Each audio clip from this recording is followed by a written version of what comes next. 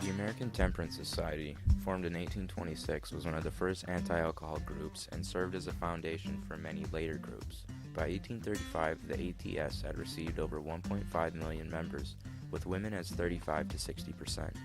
Maine passed the first state prohibition law in 1846, and a number of other states had followed suit by the time Civil War began in 1861. The 18th Amendment effectively established the prohibition of alcoholic beverages in the United States by declaring it illegal to produce, transport, and sell alcohol. The Volstead Act was enacted later to carry out the intent of the 18th Amendment by prohibiting intoxicating beverages, regulating the manufacture, sale, and transport of liquor, and ensuring an ample supply of alcohol for scientific research and in the development of fuel, dye, and other lawful industries and practices, such as religious rituals.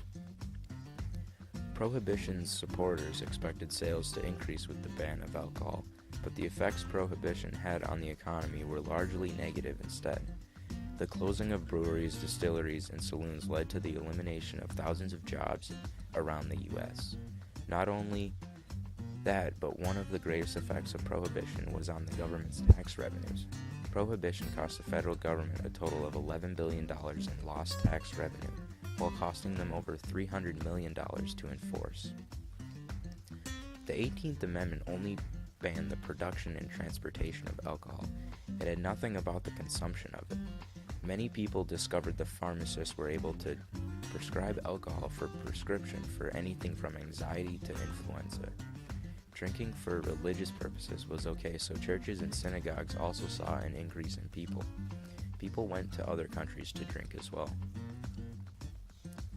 Bootlegging refers to the illegal transport of alcoholic beverages. To prevent bootleggers from using industrial ethyl alcohol to produce illegal beverages, the federal government ordered the poisoning of industrial alcohols. In response, bootleggers hired chemists to remanufacture the alcohol. NYC medical examiners greatly opposed these policies because of the danger it could have to human life. On average, 1,000 Americans died every year during the Prohibition from the effects of drinking tainted alcohol. Organized crime received a major boost from the prohibition of alcohol. A profitable, often violent black market for alcohol flourished. Making alcohol at home was very common during the Prohibition. In a study of more than 30 major U.S. cities, the number of crimes increased by 24%, homicides by 12.7%, assaults and battery rose by 13%, and police department costs rose by 11.4%. Economic urgency played a big part in the repeal. Farmers who fought for Prohibition now fought for a repeal because of the negative effects it had on their agriculture. Before the Volstead Act, approximately 14% of federal, state, and local tax revenues were derived from alcohol commerce. After the Great Depression, the government needed the possible dollars from taxing beer. The 21st Amendment, which was ratified in 1933, officially ended Prohibition. The amendment itself repealed the 18th Amendment, although some states continued Prohibition.